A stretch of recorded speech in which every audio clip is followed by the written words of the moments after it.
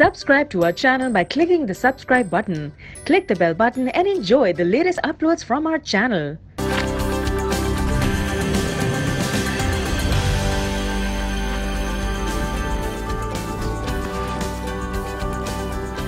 अस्सलामुअलैकुम, good morning. आज के साथ मैं हूं सबाशी और मैं हूं अनम काज़मी। उम्मीद करते हैं आप सब बिल्कुल ठीक ठाक होंगे, खैरियत से होंगे, मजे में होंगे, टिप टॉप होंगे और अपनी लाइफ को भरपूर तरीके से एंजॉय कर रहे होंगे। हाँ बिल्कुल, और गुड मॉर्निंग आज का इंतजार भी कर रहे होंगे। खैर, हम आपके लिए लाए हैं कुछ खबरें, कुछ बातें और ढेर सारी मुस्कुराहटें और बहुत सारी ब्यूटी टिप्स। और आज हम बात करने वाले हैं किस थीम पे, किस टॉपिक पे।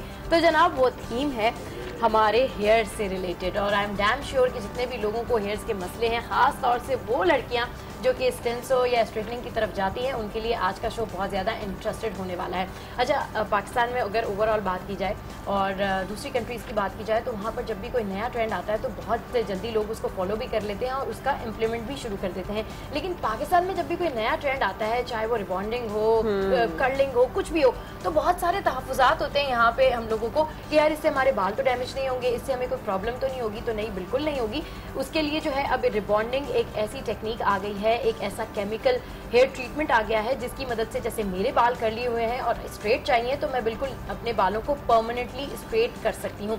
लेकिन इसके क्या साइड इफेक्ट्स होते हैं, इसके क्या फ़ायदे होते हैं और इसको किस तरीके से कैरी किया जाता है, इसको किस तरीके से कंटिन्यू किया जाता है, और इस रिबॉन्डिंग के बाद हम अपनी पसंद का हेयर कलर ले सकते हैं या नहीं ले सकते, इस सारी सीन पे जो है हम बात करेंगे गुड मॉर्निंग आज में। और हमारे साथ ब्यूटी टिप्स के लिए हेयर स्टाइलिस्ट भी मौजूद होंगे और ढेर सारी हमने बातें करनी है बालों से रिलेटेड, स्टेंसो से रिलेटेड, और साथ साथ हम बात करेंगे हेयर रिबॉन्डिंग के हवाले से भी। और इसमें भी मजीद जो नई टेक्नोलॉजीज आ गई हैं, जो नए नए इसमें भी काम आ गए हैं, जो नए नए इसमें जिद्दत आ गई है, उसके हवाले से भी हम गुड मॉर्निंग आज में आज बात करने वाले हैं। बिल्कुल ऐसा ही है, जैसे कि सबा ने कहा कि जब भी कोई नया फैशन पाकिस्तान में आता है तो लोग उसको अडॉप्ट करते हुए काफी ज्यादा डरते हैं कि कहीं यार इससे हमें ये नुकसान ना हो जाए, कहीं इससे ये प्रॉब्लम ना हो जाए। तो ऐसा है, बिल्कुल दुरुस्त है। स्पेशली जब बात हो आपकी कॉस्मेटिक्स की या फिर आपकी बात हो बालों की, तो ये ऐसी चीजें हैं कि जिनके मामले में लोग बहुत ज्यादा केयरफुल हो जाते हैं। लेकिन बात यह है कि डैमेजिंग ये तमाम चीजें होती ही हैं तब जब हम अपने बालों की केयर नहीं करते, जब हम अपनी स्किन की केयर नहीं करते। तो आज खुसूसी तौर पर हम बात करेंगे उन केमिकली जो तमाम बालों को स्ट्रेट किया जाता है, जैसे कि रिबॉन्डिंग के थ्रू, या फिर अगर आप करते हैं एक्सटेंसो, या फिर आजकल एक नई जो टर्म आ चुकी है केराटिन, जिसके बारे में कहा जाता है कि वो बिल्कुल भी डैमेज नहीं करती बालों को। तो ये तमाम तर चीजें जो है वो बालों को स्ट्रेट करने में बहुत फायदेमंद साबित होती है। तो अगर इन तीनों चीजों की बात की जाए तो पहले एक होती थी वेला ट्रीटमेंट। वेला ट्रीटमेंट जो कि आप वेला प्रोडक्ट्स के थ्रू करते थे, जिसको हम लोगों ने चेंज कर दिया है और बिल्कुल डिफरेंट एक नया नाम दे दिया है केराटिन का। इसी तरह रिबॉन्डिंग एक चीज होती थी जिसमें आपके बालों को डेड स्ट्रेट कर दिया जाता था और परमानेंटली वो आपके बाल डेड स्ट्रेट रहते थे, जिसको अब एक नई टर्म दे दी गई है एक्सटेंसो, जिसमें आपके जो बाल हैं वो 3 मंथ्स तक के लिए जो है वो स्ट्रेट रहते हैं। फर्क सिर्फ इतना है कि इन सब में सबसे ज्यादा डैमेजिंग जो है वो रिबॉन्डिंग होती है, जबकि एक्सटेंसो आपके बालों को थोड़ा नेचुरल लुक देती है, आपके बालों में थोड़ा वॉल्यूम आता है इससे। उसके मुकाबले में अगर हम केराटिन की बात करें तो वो बिल्कुल भी आपके बालों को डैमेज नहीं करता, वो भी 3 मंथ्स के लिए होता है। लेकिन ये ऐसे लोगों के लिए बहुत अच्छा होता है जो कि अपने बालों में हेयर ट्रीटमेंट चाहते हैं, जो कि अपने बालों में चाहते हैं कि प्रोटीन ट्रीटमेंट हो। तो ये तीनों चीजें जो है वो बहुत डिफरेंट है, बहुत मजेदार है, और आपके बालों के लिए, आपके बालों के स्ट्रक्चर के मुताबिक क्या सूट करता है, इस सब पर जो है वो आज हम बात भी करेंगे। और साथ साथ ये भी बहुत जरूरी है कि अगर आप इस तरह की कोई केमिकल ट्रीटमेंट अपने बालों पर करवा रहे हैं तो उसकी केयर किस तरह से कर रहे हैं, कौन से शैम्पूज यूज कर रहे हैं, कौन से कंडीशनर्स यूज कर रहे हैं, अपने बालों को आप जो ट्रीटमेंट्स दे रहे हैं, नेचुरल ट्रीटमेंट्स वो कौन कौन सी है, विद इन अ वीक दे रहे हैं या विद इन अ मंथ दे रहे हैं। तो इन तमाम तर चीजों के हवाले से आपके बालों को स्ट्रक्चर को देखते हुए क्या चीज आपको सूट करती है, सब पर हम बात करेंगे आज के शो में। इसी हवाले से सबसे पहले आपको मिलवाएंगे बालों को एक्सटेंसो कराने के शौकीन जूरिया और अरमा अली से।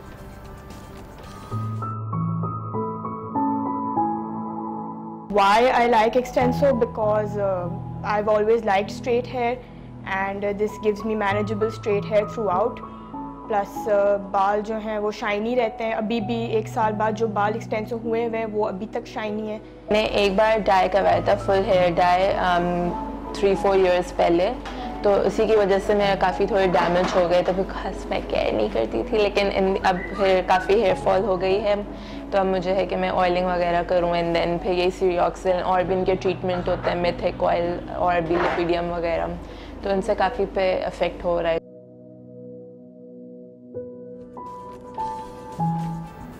और मिलवाएंगे आपको डर्मेटोलॉजिस्ट रमीन मुस्तफ़ा से और मालूम करेंगे कि क्या बालों की रिबॉन्डिंग कराने के साइड इफ़ेक्ट्स क्या होते हैं।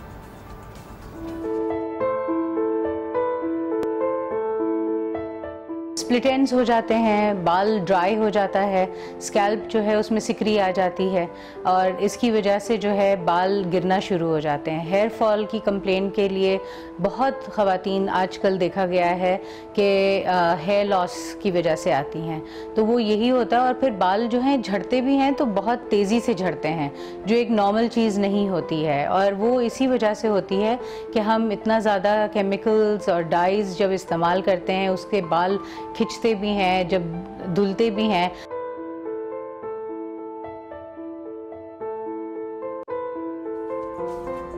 इस सब के बावजूद भी खवातीन तो ऐसी हैं कि जो पॉलर्स का रुख जरूर करती है। इसी वाले से आपको मिलवाएंगे ब्यूटिशियन लुबना लखानी से और उनसे जानेंगे कि पॉलर्स में कितनी तादाद में लड़कियां बालों की इस तरह की रिबॉन्डिंग और ट्रीटमेंट्स करवाती हैं। एक ट्रेंड काफ़ी इन है इज़ हेयर रिलैक्सिंग या हेयर स्ट्रेटनिंग।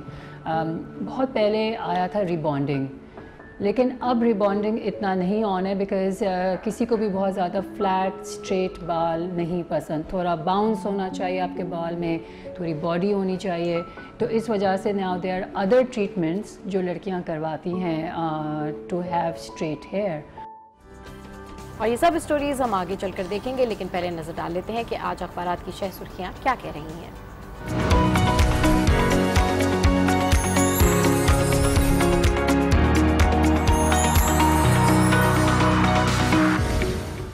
चलें जी जनाब, एक्सप्रेस रोज़नामा में आज की मेन हेडलाइन क्या है ये देख लेते हैं। शाहिद खाकान अब्बासी का बयान है कि वज़ीर आज़म बदल सकता है लेकिन पॉलिसियां बरकरार रहेंगी। एक अहम बयान है उनकी जानिब से और हम देख रहे हैं कि तमाम तर सूरत हाल के बाद अब उन्होंने ये भी कहा है कि नवाज शरीफ ने मुझे हिदायत की है कि हुकूमत की पॉलिसियां जिस तरह पहले चल रही थी उसी तरह चलती रहें। और उसके अलावा हमने ये भी देखा कि अब लोगों की जानिब से ये भी क्रिटिसिज्म सामने आ रहा है कि एक नाअहल साबिक वज़ीर आज़म अभी भी इस चीज़ को लीड कर रहा है और उनकी हिदायत पर जो है वो आगे फैसले किए जा रहे हैं, जो कि एक बड़ी तशवीश तलब बात भी है। तो ये एक अहम बयान जो है वो आज मेन हेडलाइन बनाया है एक्सप्रेस ने। अच्छा, आपने बात की कि नाअहल साबिक वज़ीर आज़म, ऑफ कोर्स आपने मियां नवाज शरीफ की बात की है, तो अनब हैरान कुन बात यह है कि लीड तो वो कर ही रहे हैं, उनकी पार्टी बड़ी मुत्तहद है, पार्टी बड़ी यूनाइट है और उनकी पार्टी कहती है कि जी हमें उनके ऊपर पूरा एतमाद है। और इसी हवाले से एक पार शो होने जा रहा है जिसकी खबर यहाँ पर लगाई गई है। नून लीग का अवामी ताकत के मुजाहिरे का फैसला,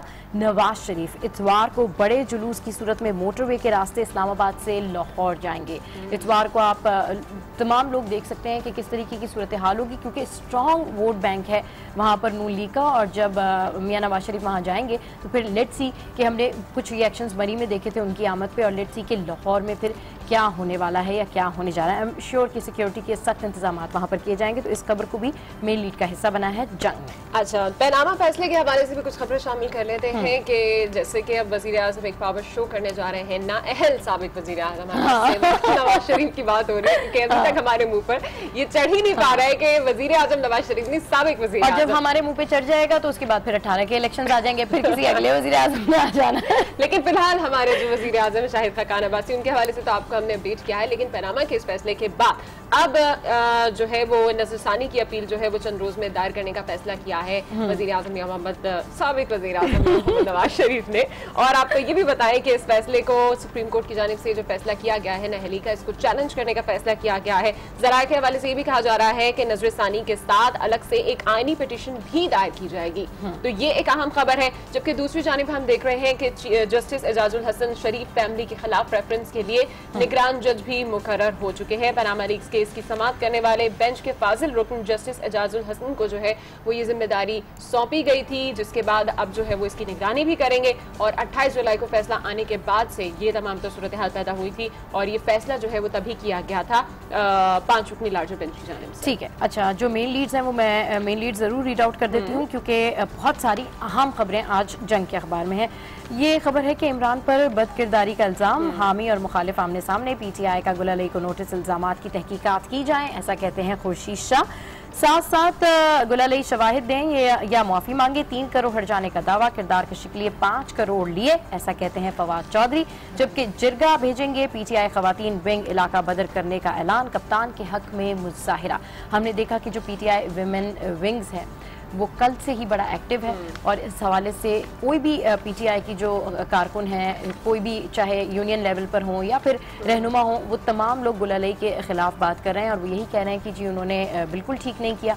और PTI में जिस तरीके की उन्होंने अपने ख्यालात का इजहार किया है, PTI उन ख्यालात से बिल्कुल पाक है। तो इस खबर को जो है वो आज जंग ने अपनी मेन लीड का हिस्सा बनाया। अच्छा, एक चीज पे मुझे बड़ी हैरत हो रही है कि ये इतनी अहम खबर आजकल तमाम पॉलिटिकल शोज में भी इस चीज को मौजू बनाया जा रहा है। जियो के पेपर में भी जो है, आई मीन जंग का जो पेपर है उसके अंदर भी हमने देखा कि ये खबर मेंशन है, लेकिन एक्सप्रेस में एक भी खबर इस हवाले से मेंशन नहीं है। तो इस चीज पे मुझे बड़ी तशवीश भी हो रही है कि ऐसी क्या वजह है कि इस खबर को जो है वो कहीं पे अखबार में जगह भी नहीं दी गई। जबकि दूसरी जानिब अगर आपको मैं बताऊं तो गुलालई के हवाले से ये भी कहा जा रहा है, अब जो नई बातें सामने आ रही हैं और जैसे ये चीजें अनफोल्ड हो रही हैं, कि उन्होंने इमरान खान को शादी की भी ऑफर की थी, जो कि जिसकी वो तरदीद भी करती है कि इस तरह की कोई बातचीत नहीं हुई थी। और जो 3 इल्जामात लगाए गए हैं, हम देख रहे हैं कि PTI के तमाम तर रहनुमा जो है वो उस चीज को कवर अप करने की कोशिश कर रहे हैं, लेकिन ज्यादा उनका जो ध्यान है वो इमरान खान की किरदार कशी पर है और उसी हवाले से जो है वो उनकी जानिब से प्रेस कॉन्फ्रेंस भी की जा रही है, मीडिया टॉक्स भी की जा रही है। तो एक तो मामला ये चल रहा है जो इमरान खान के किरदार के ऊपर बातचीत हो रही है, दूसरी जानिब उनका नाअहली का केस जो है वो भी इस वक्त ज़ेर समाअत है। तो सुप्रीम कोर्ट का इस वक्त जो अहम बयान है वो आपके साथ शेयर करते चलते हैं, जिससे एक्सप्रेस ने अपनी मेन लीड भी बनाया है कि इमरान के सर्टिफिकेट को किस बुनियाद पर झूठा कहें, मिलने वाले एक एक फंड का जायजा लेंगे, पहले ममनुआ फंड्स की वसूली साबित करना होगी। इस हद तक मुत्तफिक है कि गैर मुल्कियों से फंड्स नहीं लिए जा सकते, ख्वाहिशात पर नहीं बल्कि कानून के मुताबिक फैसला करेंगे। अच्छा, गुलालई का जो मामला चल रहा है उसी हवाले से यहाँ पर एक खबर है और ये खबर खास अहमियत की हामिल है। आयशा गुलालई के इल्जामात, इलेक्शन कमीशन में इमरान खान की नाअहली के लिए एक और दरख्वास्त दायर। जिस तरीके से वो फोकस करी थी 62-63 के ऊपर और उसी हवाले से यहाँ पर एक दरख्वास्त भी दायर की गई है और लेट्स सी कि क्या सच है क्या झूठ है, ये तो सुप्रीम कोर्ट ने या फिर दीगर रहनुमाओं ने या फिर PTA ने ही साबित करना है। अच्छा जी, आगे गुलालई को अब हर जाने के बारे में भी कहा गया है कि माफी भी मांगे आप अपने बयान पर, अपने इल्जामात पर, और हर जाना भी दें। लेकिन वो है ना कि अब लेट्स सी कि वो क्या उनका अगला मौकफ क्या होगा, किस तरीके से अगला स्टांस आगे बढ़ेगा। अच्छा जी, एक और यहाँ पर खबर है वो है कि वज़ीर आज़म बदल सकता है, पॉलिसियाँ नहीं ज्यादा तेज काम करेंगे। ये वाली लीड एक्सप्रेस में भी थी और जंग में भी है। और जो दूसरा है वो अकरम शेख के हवाले से आपको बताऊं कि उन्होंने कहा कि तुम कत्ल करो हो कि करामात करो हो, क्या इमरान को सब गुनाह मुआफ है, ऐसा कहते हैं अकरम शेख। और जो अगली शॉर्ट न्यूज़ है वो है नवाज शरीफ की नशस्त पर ज़िमनी इंतखाब ज़ाब्ता अखलाक जारी, खिलाफ वर्जी पर जुर्माना। तो जनाब ये थी जंग की मेन लीड्स। अब बनम के पास बिजनेस रिकॉर्डर, मेरे पास है जनाब बिजनेस रिकॉर्डर, और इसमें अगर मेन खबरों की बात करें तो fiscal performance characterised by big revenue shortfall. दूसरी खबर है जनाब cabinet formation systemised by portfolio wait. जबकि तीसरी खबर जो है वो Pakistan India agree to hold talks. ये सबसे ज्यादा अहम जो खबर है यहाँ पर मेंशन है, जिसके बारे में इंडस वाटर ट्रीटी के हवाले से जो है वो पाकिस्तान और इंडिया ने बिलाखिर फैसला कर लिया है कि वो दोनों एक टेबल पर आएंगे और इस मसले के हल के लिए बातचीत भी करेंगे। तो ये जो है वो अहम खबरें आज बिजनेस रिकॉर्डर में मेंशन है। ठीक है जी। और यहाँ पर जो डॉन की मेन लीड है वो है कि Abbasi consult Hosted PM on cabinet formation और Chaudhary Nisar inclusion still uncertain. PM says no decision on candidate for NA 120. तो ये तमाम जोड़ तोड़ के सिलसिले जारी हैं और अभी इसी तरह की खबरें आ रही हैं कि चौधरी निसार जो हैं वो कुछ नाराज़ हैं, जिसकी वजह से काफ़ी फॉर्मेशन जो है वो रुकी हुई है। अच्छा जी, PMLN lawyer asked if Imran firms on another assist. Akram Sheikh contends even PTI chief's sons can't contribute to party funds as they are not Pakistani. अच्छा, ये वही खबर है जो जंग में भी थी। और justice Ehsan to monitor Sharif snaps cases. ठीक है जी। अच्छा, ये इंपॉर्टेंट खबर है, इसके ऊपर हम एडिटोरियल में भी डिटेल में डिस्कशन करेंगे और मुख्तलिफ शहरों का हाल जान लेते हैं। और आज पहले मैं जान लूँ मुख्तलिफ शहरों का हाल। कराची के बारे में, कराची की बात है तो रुख कर रहे हैं कराची का। और वहाँ पर 6 रोज़ा इंसदाद पोलियो मुहिम का 3 हसास डिस्ट्रिक्ट की 13 यूनियन काउंसिल में आगाज़ कर दिया गया है। इस पर मजीद बात करेंगे आज न्यूज़ के नुमाइंदे कफील अहमद से। जी कफील अहमद, अपडेट कीजिएगा, ओवरऑल शहर में सिक्योरिटी के क्या इकदाम किए गए हैं? देखिए साहब, आपको बताएं कि कराची में आज से जो है वो 5 रोज़ा पोलियो कैंपेन का आगाज़ किया जा रहा है। और मैं आपको बताऊं कि स्पेसिफिकली ये वो यूनियन काउंसिल्स हैं जो कि अपना कराची के अंदर अब तक खास सेंसिटिव जो है वो करार दी गई हैं। 13 यूनियन काउंसिल्स हैं जो कराची की 3 डिस्ट्रिक्ट हैं, जिसमें ज़िला वस्ती है, ज़िला शर्क़ी और ज़िला जनूबी के अंदर जो है ये जो है वो 13 हैं। मजमूई तौर पर इसमें जो टारगेट रखा गया है वो 4 लाख बच्चों को पोलियो से बचाव की वैक्सीन जो है वो पिलाई जाएगी।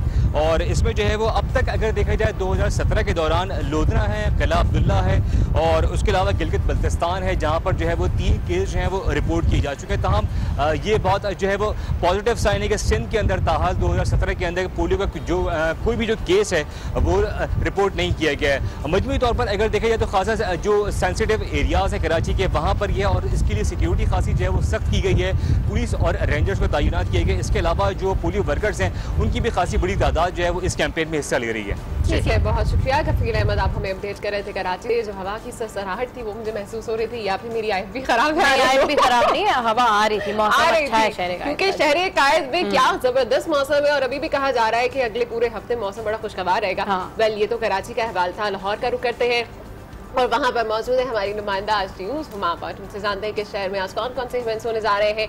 और एज यूजुअल मुझे लगता है कि हुमा ने आज भी कहना है कि लाहौर में मौसम बड़ा खुशगवार है। प्लीज डॉक्टर्स के बारे में ना बताइएगा कि स्टिल स्ट्राइक पे हैं। जी हुमा बट अपडेट कीजिए। चले जी, हमारा राब्ता हुमा से जरूर कहना चाह रही हूँ कि अच्छा उसको लगेगा जिसका दिल बहुत खुश है आज, उनके लिए तो जरूर अच्छा होगा। लेकिन क्योंकि बारिश नहीं हुई है, बादल हमें नहीं नजर आ रहे हैं, हमें सूरज नजर आ रहा है, तो उतना अच्छा नहीं है जितना कि मैं कल कह रही थी। लिहाजा अब ये वो बात नहीं रही है क्योंकि मौसम बहुत अच्छा है।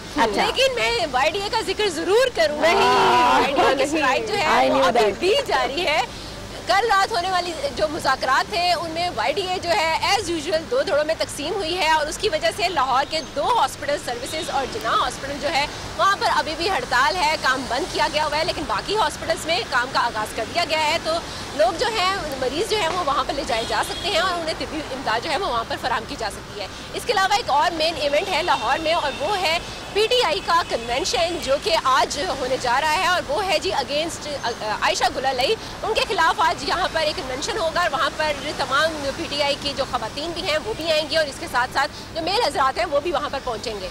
और इसके अलावा अगर काबिल जिक्र इवेंट्स का जिक्र करूँ तो इसके अलावा मेन इवेंट जो है वो मिकी आर्थर जो पाकिस्तानी टीम के कोच हैं क्रिकेट टीम के, वो आज एक अहम प्रेस कॉन्फ्रेंस करने जा रहे हैं। तो ये आज जो अहम इवेंट्स हैं वो आज उनकी ये लिस्ट है। लेकिन ठीक है, हुमा बट अपडेट कर रही थी, आपका बहुत शुक्रिया। Good morning. आज में कुछ मजीद न्यूज स्टोरीज भी आपको बताते चलते हैं। सबसे पहले आपको बताएं कि पंजाब और खैबर पख्तून में हालिया बारिशों ने तबाही मचा दी। छत गिरने समेत मुख्तलिफ वाक़यात में 4 अफराद जान बहक जबकि कई जख्मी हो गए। नशेबी इलाके ज़ेर-ए-आब आने से मकीन घरों में महसूर हो गए। खैबर पख्तूनख्वा के इलाके शबकदर शदीद बारिश से बाजार समंदर का मंजर पेश करने लगा।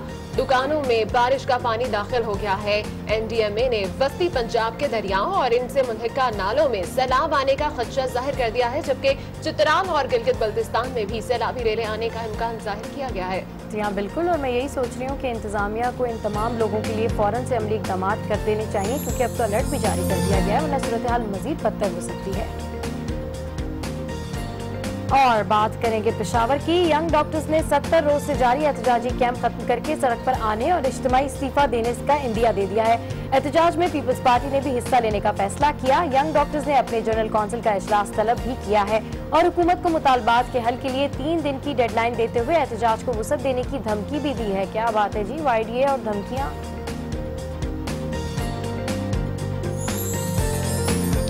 और कराची एक्सपो सेंटर में प्लास्टिक एंड बेवरेज की 3 रोजा बैनुल-अक़वामी नुमाइश में जारी है। नुमाइश में अमेरिका, जापान और यूरोपीय ममालिक की कंपनियां भी शरीक हैं।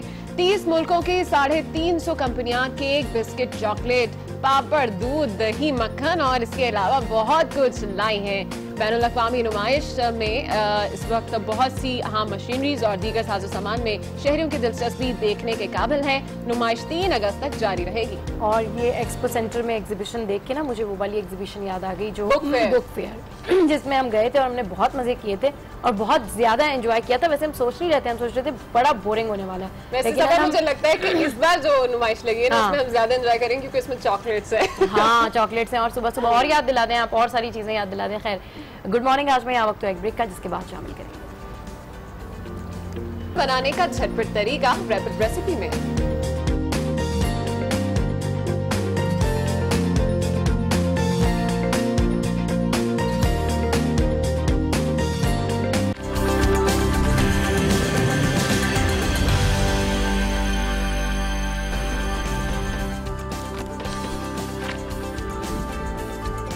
Welcome back to good morning Aaj. और अब कल की अहम खबर भी हमने शो में शामिल करनी है कि army chief general Qamar Javed Bajwa ने कहा है कि पाक फौज वतन के दिफा के लिए जाने कुर्बान करने वाले शोहदा और उनके अहल खाना को कभी नहीं भूलेगी। दहशतगर्दी के खात्मे और सरहदों के तहफ्फुज़ को यकीनी बनाएंगे।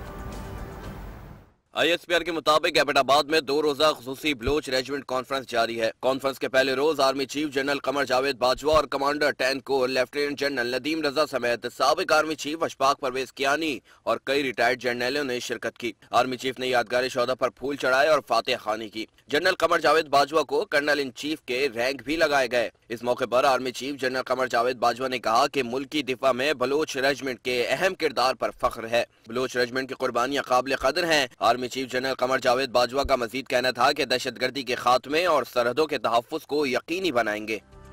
और अखबारात के एडिटोरियल में कॉलमनिस्ट क्या लिख रहे हैं, इस पर नजर डालने के लिए हमारे साथ मौजूद है सीनियर सहाफ़ी नफीस नईम साहब। अस्सलाम वालेकुम and welcome to good morning आज। कैसे हैं आप? जी अल्लाह का शुक्र अल्हम्दुलिल्लाह। जी नफीस साहब क्या लिख रहे हैं? हॉट इश्यूज क्या क्या हैं आज आपके पास? हॉट इश्यूज जी हमने समझा था कि बस पानामा के बाद ये डिसीजन के बाद पानामा का मसला हमारी जान छोड़ देगा, लेकिन उसके बाद भी जो अब हमने देखा है, लेकिन एक बहुत पॉजिटिव ये हुआ कि ट्रांजिशन ऑफ गवर्नमेंट जो था वज़ीर आज़म ने हल्फ उठाने के बाद 221 का जो खाकान अब्बासी को वोट मिले, उससे मुस्लिम लीग की ना सिर्फ यकसुई सामने आई है। इदारे एडिटोरियल्स पर आए हैं, इदारती नोट्स आए हैं और वो ये कहते हैं कि जो ठीक है शायद खाकान अब्बासी पर बहुत सारे एलिगेशंस हैं, लेकिन ना उनका नाम अभी सुप्रीम कोर्ट में खिलाफ कोई केस गया, ना उनका कोई JIT में उनके हवाले से कोई फैसला दिया, ना सुप्रीम कोर्ट ने फैसला दिया। इसलिए इस तक नून लीग मुतमईन है और उन्होंने 221 वोट हासिल किए हैं। ये इस हवाले से क्योंकि अभी हम सबसे बड़ा उन पर जो इल्ज़ाम लगा हुआ है कतर से LNG 20 अरब डॉलर्स का माहिदा है, उसको उन्होंने देना है। FIA की तरफ से 3 अरब डॉलर्स के जो एक नाकिस फर्नेस ऑयल की तहकीकात हुई थी वो भी बंद कर दी गई है। कराची की नैब ने SSG के खिलाफ तहकीकात की थी, वो भी बंद हो चुकी है। अब देखना यह है कि हमारे अपोजिशन ने तो वार्न कर दिया है कि वो जाएगी, वो खाकान अब्बासी का पीछा भी करेगी, खासकर इमरान खान साहब भी ये कह चुके हैं। लेकिन अहम इदारती नोट ये कहते हैं अहम बात वो ये है कि ट्रांजिशन ऑफ गवर्नमेंट हो चुकी है, एक बहुत अच्छा तरीके से हुआ है। चाहे मुस्लिम लीग नून ने ये फैसला माना है नहीं माना है, एक डेमोक्रेटिक अंदाज में आया है। और फिर सबसे बड़ी बात कि आर्मी चीफ का भी बयान आया कि जमहूरियत के साथ हमारी कमिटमेंट है। ये एक बहुत बड़ा मैसेज उन्होंने कन्वे किया है। तो सबका अब फर्ज बनता है कि इसको साथ लेके चलें और वो पॉलिटिकल जो अनसर्टेनिटी है उसको खत्म कर दिया। बिल्कुल। अच्छा, जो पॉलिटिकल इंस्टेबिलिटी थी वो तो कहीं खत्म होती हुई नजर आ रही है, लेकिन शाहिद खाकान अब्बासी के हवाले से जो प्राइम मिनिस्टर हैं हमारे, उनके हवाले से हम कल भी मैं ये डिस्कस करी थी, उनकी बॉडी लैंग्वेज के हवाले से, उनके खुद के हवाले से, पर्सनैलिटी के हवाले से। जैसे कि आपने कहा कि LNG के मामलात हैं और PTI कहती है कि जी अभी हम इनके पीछे हैं और अगली बारी जो है वो हम इनकी भी शाहिद खाकान अब्बासी की भी है, और अगर शहबाज शरीफ को भी नॉमिनेट करते हैं या वो भी आते हैं तो उनके ऊपर भी केसेस हैं। तो आपको लगता है कि नून लीग अब कोई इस सिलेक्शन में, जो इन्होंने नून लीग ने जो ये सिलेक्शन की है, अब नामजद किया है, प्राइम मिनिस्टरशिप उनको दी है, तो इस तरह से उन्होंने खड़े होकर पार्लियामेंट में भी बात की कि LNG के बारे में जब भी बात करनी हो तो मैं 24 घंटे के लिए तैयार हूँ। तो स्ट्रेटजी है, मतलब पीछे उनका बैकअप है, तभी वो इतने कॉन्फिडेंट हैं। दोबारा रिस्क लिया है नून लीग ने या इस दफा देखें, पहली बात तो ये है कि उनका जो बॉडी लैंग्वेज थी और जो उनकी तकरीर थी, एक कारकुन की तरह भी उन्होंने तकरीर की स्टार्ट में, जो उन्होंने कहा कि बेटा देख लेंगे आज जिसका मसला है, बेटा आ जाओ 24 घंटे के लिए तैयार हूं मैं बात करने के लिए। उन्होंने एक जो बात की ना, जो इसमें इदारती नोट भी ये कहते हैं, उन्होंने कहा कि मैं 45 दिन में 45 माह का काम कर रहा हूँ, मैं अपनी सीट गर्म करने नहीं आया। और साथ में उन्होंने अपनी कुछ प्रायोरिटीज दी हैं, जिसके जवाब में नवीद कंवर ने कहा कि आप अपनी लिस्ट को शॉर्ट लिस्ट करें, आपके पास वक्त कम है। तो ये, और जो उन्होंने टैक्स की बात की है ना कि यार मैं चाहता हूँ कि आपकी तर्ज जिंदगी जो है आपकी आमदनी से मुताबिकत रखती हो, मैं ये चाहता हूँ, उनके पास वक्त कम है, मुकाबला बहुत बड़ा है। और लेकिन बहरहाल उन्होंने अब ये टेकअप कर लिया है और उम्मीद है कि वो कोई काम करके दिखाएंगे, कुछ भी करेंगे, लेकिन बहरहाल जमहूरियत अपनी पटरी पर दोबारा चढ़ गई। ये जमहूरियत क्या जो हम उसमें एक शुकूक शुबात थे वो खत्म हो गए। अच्छा नफीस साहब, अभी जैसे कि हमने देखा कि शाहिद खाकान अब्बासी जैसे ही आए हैं, बहुत ट्रस्ट शो किया है उनकी पार्टी ने उनके ऊपर, और अब वो हमारे वजीर आजम भी हैं, लेकिन इस सब के बावजूद भी हम देखते हैं कि दूसरी जानिब जो साबिक नाअहल वज़ीर आज़म या मोहम्मद नवाज शरीफ है, स्टिल वो कुछ पार्टी डिसीजंस ले रहे हैं, जिसके ऊपर शाहिद खाकान अब्बासी का भी ऐसा कहना है कि जी उनकी हिदायत जारी हुई है तो हम इसी तरह से या इसी रुख में चलेंगे। क्या ऐसा पॉसिबल है कि कोई नाअहल साबिक वज़ीर आज़म अभी भी हमारे मुल्क की कुछ ऐसे फैसलों को लीड कर सकता है, पार्टी के मामलात को आगे लेके चल सकता है, मुशावरती अमल में भी जो है वो अपना किरदार अदा कर सकता है? क्या ऐसा पॉसिबल है? ये वही बात है जो कल मैंने आपको डाइस वाला सवाल, $1 मिलियन क्वेश्चन है ये आपको, और इसका जवाब आपको सिर्फ सुप्रीम कोर्ट ही दे सकती है। देखें, एक बात तो क्लियर है कि अभी भी नवाज शरीफ साहब, और इस पर तनकीद हुई है जब खाकान अब्बासी साहब ने कहा कि मैं नवाज शरीफ साहब को वापस लाऊंगा बहैसियत प्राइम मिनिस्टर, तो उस पर ये तनकीद हुई है कि उन्हें कहा गया है कि उनकी ये सियासी अदम बलोगत है और ये उन्हें बयान नहीं देना चाहिए था। और हमने ये भी देखा वहाँ पर कि तस्वीर भी लहराई गई और नारे भी लगाए गए, ना सिर्फ गैलरी में बल्कि पिक्चर लगाई। ये तो खैर सुप्रीम कोर्ट ही, क्योंकि देखें मेरी नजर में ये होता है कि आपने कहा कि एक हमारी सबसे आला अदलिया ने, सबसे बड़ा इदारा आपका, उसने किसी शख्स को बतौर वजीर आजम किसी सरकारी ओहदा रखने के नाअहल करार दिया है। उसको अगर मैं सादिक अमीन हूँ और मैं किसी झूठे शख्स को मैं उसमें पॉइंट में जा रहा हूँ कि किसी झूठे शख्स को कहूँगा ये मेरा सरबराह है, तो इसका फैसला मैं और आप नहीं करेंगे, ये तो सुप्रीम कोर्ट ही करेगी। क्योंकि फ्लोर ऑफ द हाउस जो बातें हुई हैं, खासकर गुलाम अहमद ब्लोर की जानिब से भी आया है कि भाई उन अदली जजेस में से कुछ ऐसे भी हैं जिन्होंने पीसीओ के तहत हल्फ उठाया हुआ है, वो गद्दारी के मुर्तकिब इस हवाले से। लेकिन ये सारी चीजें जो है घूम फिर के वहीं आती हैं कि फिर एजिटेशन होती है, पॉलिटिकल एजिटेशन। हमें इस वक्त चाहिए करने की कोशिश की जाए इस तरह ये फिर नफीस भाई वही वाली बात हो गई ना कि जो हम कहते हैं कि जी अगर एहतसाब है, अकाउंटेबिलिटी है, तो फिर वो सबके लिए होनी चाहिए और फिर वो हर पॉइंट पे यकसा होनी चाहिए। अगला एडिटोरियल अगले इदारे की तरफ हम आते हैं। ये है इदारती नोट है डॉन में, young doctors on strike. Young doctors का मसला जो है वो जिस तरह कहना है कि डेली की खबर है नफीस साहब, जो हम डेली लाहौर से लेते हैं, ये डेली खबर लेते हैं। और सबसे देखें एक इस पर जो है ना, हमें सोचने की बात है कि मरीज रुल जाते हैं। डॉक्टर्स को कहते हैं कि दुखी इंसानियत के मसीहा हैं, मगर वो उन्होंने इंसानियत को मजीद दुखी कर दिया है इस तरह की हरकतें करने के बाद। और ये सबसे बड़ा क्वेश्चन हो गया कि whether doctors have a right to deny the treatment. क्योंकि देखें 30 से ज़्यादा सरकारी अस्पताल में जो है वो ओपीडीज ना सिर्फ बंद हो गई हैं बल्कि एमरजेंसीज बंद हो गई। और हमने मंगल के रोज़ देखा कि उन पर वाटर कैनन का इस्तेमाल किया गया। फिर एक खातून की डेथ के वाले से आया कि ट्रैफिक जैम में फंस गई, या उन्होंने क्लेम किया कि नहीं उन्होंने ट्रीटमेंट नहीं की। बहरहाल इदारती नोट ये कहते हैं कि डॉक्टर्स को ये ज़ेब नहीं देता कि वो किसी मरीज़ का इलाज करने से इनकार कर दे, और गवर्नमेंट को भी चाहिए कि वो चीज को सॉर्ट आउट करे कि आखिर मसला क्या है। बिल्कुल, इस हवाले से कोई एक्शन क्यों नहीं लिया जाता? क्योंकि ऑलरेडी एक तो हम देखते हैं कि इनका आए रोज एहतजाज इसी तरह से चलता है। इमरजेंसी जो है वो सिर्फ उनकी ये भी बंद कर देते हैं, ट्रीटमेंट्स भी जो है वो बिल्कुल उनसे डिनाई कर देते हैं, और काफी लंबा इनका एहतजाज रहता है, जिससे ओवरऑल जो है हमारे मरीज ही सफर कर रहे हैं। तो इसके खिलाफ अभी तक इतने एहतजाजों के बावजूद भी एक्शन क्यों नहीं लिया गया? बिल्कुल यही सवालात किए गए हैं इदारती नोट में कि गवर्नमेंट को चाहिए कि या तो पाबंद करें कि आप इमरजेंसी में के स्ट्राइक नहीं कर सकते। गवर्नमेंट को ठीक ठाक एक पॉलिसी मुरतब की जाए, उनको बुलाया जाए, जो उनके जायज मुतालबात हैं, जो वो कहते हैं कि हमारी पोस्ट ग्रेजुएट जो हमारी पॉलिसी बनाई है गवर्नमेंट ने उसको वापस लिया जाए, पे स्केल बढ़ाया जाए। आप बैठे एक बात इसको क्लियर कर दें। और उसके क्योंकि अभी हमने देखा कि 7 गिरफ्तारियां हुई, उसके बाद फौरन उनको रिलीज भी कर दिया गया। तो गवर्नमेंट की तरफ से भी थोड़ा सा जो है वो हल्का हाथ गवर्नमेंट की तरफ से भी कुछ है, कुछ डॉक्टर्स के भी तहफ्फुज़ात हैं जिनको सीरियस तहफ्फुज़ात हैं, जिनको सुनना चाहिए। 48 घंटे हाउस जॉब करने के बाद अगर फिर एक डॉक्टर के पास 4 अगर इमरजेंसी केसेस आ रहे हैं, तो आप सोचें कि वो उसको कैसे डील करेगा। उसका चाहिए, उसको वर्कफोर्स भी चाहिए, उसको मेंटल पीस भी चाहिए। लेकिन लेकिन तभी एक क्लैश आता है कि जी हम इतना काम करें, इतना प्रेशर लें, रातों को भी जागें, दिन को भी जागें, तो हमें गवर्नमेंट कुछ रिलीफ दे। ये जो डेडलॉक है ना, यही डेडलॉक है कि गवर्नमेंट के पास इनके मसाइल का हल नहीं है, तो जाहिर सी बात है फिर वो आ जाते हैं इस पॉइंट पे। मैं फिर भी कहूंगी कि उनको पेशेंट देखने से मना नहीं करना चाहिए, लेकिन उनके भी जो तहफ्फुज़ात हैं वो बड़े सीरियस दोनों जानिब से जिम्मेदारी का मुजाहरा होना चाहिए। ह्यूमैनिटी का मामला है तो दोनों तरफ से ह्यूमैनिटी का मामला है, डॉक्टर्स की तरफ से भी है और फिर पेशेंट्स की तरफ से भी है। अगला इदारिया क्या कह रहा है? अच्छा, अगला एक छोटी सी एक गुलालाई के हवाले से जंग का इदारती नोट है, उन्होंने ये इशू छोटा नहीं रहा नफीसा, ये इशू बहुत बड़ा हो चुका है। ये है कि गुलाली के इल्ज़ाम तहकीकात नागुज़ीर। असल में हमने पहले भी बात की कि चाहे ये इल्ज़ामात हैं, चाहे झूठ है, चाहे सच है, इस तरह की बातें आ रही हैं, ये बड़ा गलत उसमें मनफी सियासत की तरफ रुख जा रहा है। तो इदारती नोट ये कहता है कि गुलाली के जो भी सनसनीखेज़ इंकशाफात हैं या ख़तरनाक इंकशाफात जो उन्होंने इल्ज़ामात हैं, संजीदा नौयत के हैं या गैर संजीदा नौयत के हैं, जो ऑनर्स ऑफ रिस्पॉन्स जो रिस्पॉन्सिबिलिटी है ना वो इमरान खान पर है कि जिस तरह वो कहते थे कि नवाज शरीफ पर इल्जामात लगे हैं, नवाज शरीफ इसको जवाब दें, तो अब गुलाली के इल्जामात इमरान खान पर लगे हैं, तो इमरान खान को चाहिए कि अपनी सफाई पेश करे। ये उन्हीं के हवाले से ये इल्जामात लगे हैं और बड़े संगीन इल्जामात लगाए गए। हालांकि गुलाली के पास कोई सबूत नहीं है। उनसे कहा भी गया कि भाई आप अपना मोबाइल दिखाएं, जो आपके मैसेजेस आ रहे हैं 2007 में कह रही हैं आप मोबाइल मैसेज आए, 2013 से आए या जो भी आए।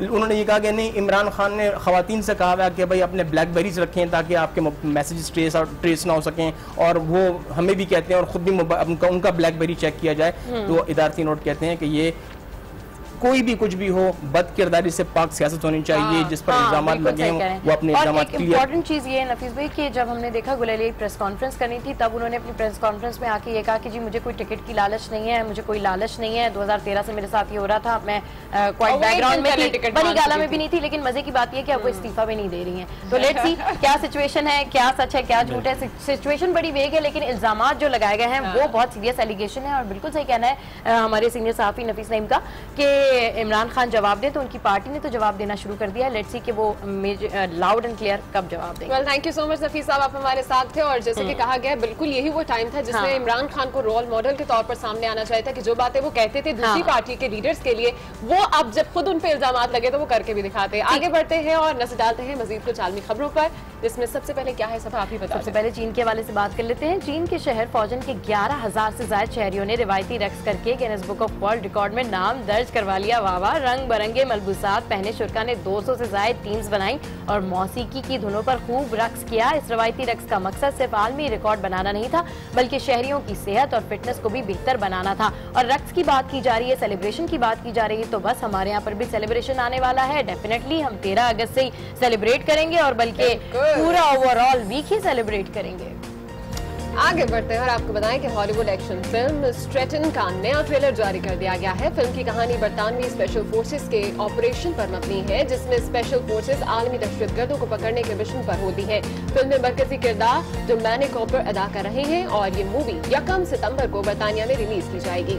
चलें जी, अच्छी बात है, बरतानिया के लिए भी कोई खुशी की खबर है। वहाँ पर मूवीज बनती हैं, लेकिन लोग वहाँ पर इतने शौक से देखने नहीं जाते जितने शौक से अमेरिका या कनाडा में लोग मूवीज देखने जाते हैं। अच्छा जी, बात कर लेते हैं बॉलीवुड की। बॉलीवुड के मिस्टर परफेक्ट आमिर खान की नई आने वाली फिल्म सीक्रेट सुपरस्टार के पोस्टर्स और झलकियों के बाद ट्रेलर भी जारी कर दिया गया है। फिल्म की कहानी 14 साल स्कूल जाने वाली बच्ची पर मबनी है, जिसका ख्वाब गायकी की दुनिया में कदम रखना है। फिल्म सीक्रेट सुपरस्टार पहले 4 अगस्त को नुमाइश के लिए पेश की जानी थी, ताहम अब फिल्म त्योहार के मौके पर सिनेमा घरों की जीनत बनेगी, क्योंकि वो लोग भी तो अपना independence day I think celebrate करेंगे और डेफिनेटली करेंगे। Let's see. और ये जो मूवी है उसका कॉन्सेप्ट बड़ा अच्छा है। बहुत सी ऐसी ख्वाहिशात लड़कियां घरों में रखती हैं लेकिन उनको पूरा नहीं कर पाती, तो मेरा ख्याल है उन तमाम लोगों के लिए बहुत टॉपिक ऑफ इंटरेस्ट होगा। ये मूवी आप जरूर जाके देखिएगा और बताइएगा कि कैसा फीडबैक है। शो में लेंगे यहाँ पर एक ब्रेक, जिसके बाद मिलेंगे। बालों को संवारने की शौक।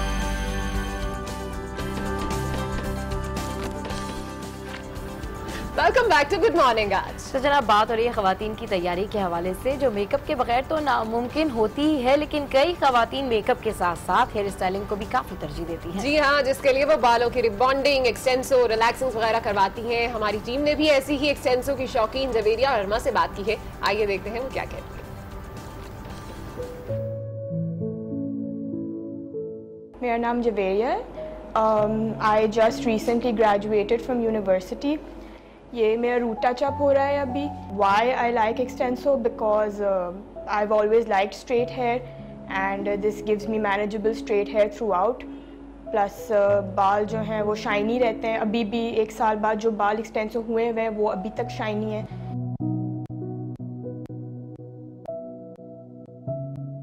Obviously if you know that you are looking good तो आप कॉन्फिडेंट भी फील करते हैं। एंड एंड ये आपको मसला नहीं होता कि इस वक्त बाल ख़राब हो रहे हैं या इस वक्त मैं गंदी लग रही होंगी, इस वक्त आगे से अजीब हो रहेंगे। एंड प्लस यहाँ पर गर्मी इतनी होती है कि ह्यूमिडिटी की वजह से बालों में फ्रिज और ऐसी चीज़ें काफ़ी आ जाती हैं। जब मैं कंसल्ट करी थी लोगों से कि मैं कराऊँ या नहीं कराऊँ फर्स्ट टाइम, तो यही मैंने सुना था कि हेयर फॉल आफ्टर 6 मंथ्स या होगा काफ़ी, बट मेरे साथ ऐसा नहीं हुआ।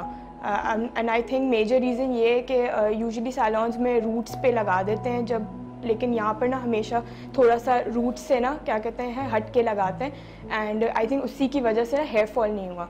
एंड फिर अदरवाइज़ मैनेजेबल हेयर हो जाते हैं, आपको बार बार ब्रश नहीं करना पड़ता, तो इसकी वजह से फिर और आपकी हेयर फॉल कम हो जाती है।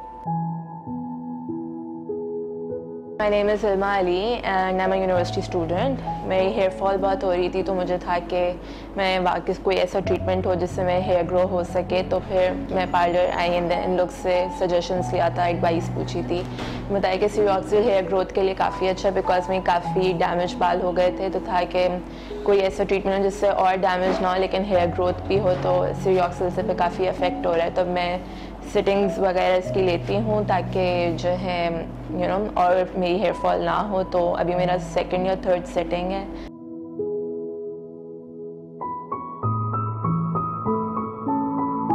मैंने एक बार डाई करवाया था, फुल हेयर डाई 3-4 इयर्स पहले, तो उसी की वजह से मेरा काफ़ी थोड़े डैमेज हो गए, तो फिर खास मैं केयर नहीं करती थी। लेकिन अब फिर काफ़ी हेयर फॉल हो गई है, तो अब मुझे है कि मैं ऑयलिंग वगैरह करूँ एंड देन फिर यही सिरियोक्सिल और भी इनके ट्रीटमेंट होते हैं, मिथिक ऑयल और भी लिपिडियम वगैरह, तो इनसे काफ़ी पे इफेक्ट हो रहा है, जो कि मुझे नज़र आ रहा है कि या मेरी हेयर ग्रोथ हो रही है, हेयर फॉल कम हो गया है मेरा।